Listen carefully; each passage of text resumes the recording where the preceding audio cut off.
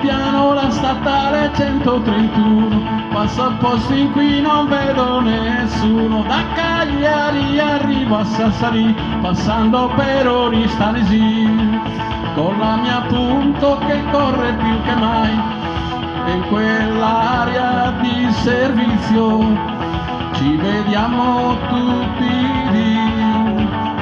Poi prendiamo con quelli di Ovodda e di Galtellì.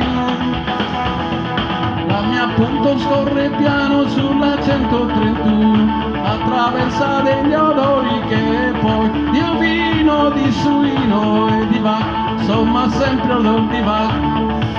E un giorno prende indica giù su Gaga, dal cruscotto prende una cassetta, mentre affondo le casse così, la portiera che si gonfia arriva di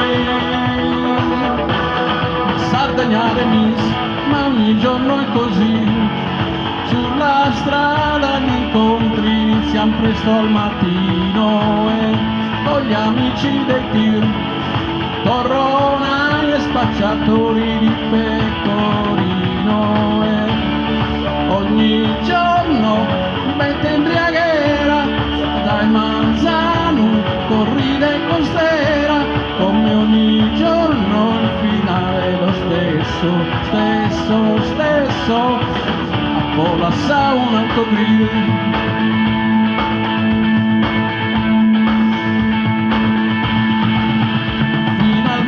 Sono riuscito a liberarmi dal bere, corro in fretta allora da mia moglie, mi fermo al rosso del semaforo, trovo veloce il finestrino, ha buttato in conca il vespino, e da dietro sento un clacson, e un mio amico di Lodeo, a ti da cumbi una cosa, io vieni con me. Casco sai perché e riparto così, una birra ma poi mi faccio la cassa intera e me ne vado da lì con la mia scimmietta in abito da sera, e dentro a casa sono sulle scale, mia moglie mi vede con la scopa mi assale, come ogni giorno è finale lo stesso, e mi fa un culo così.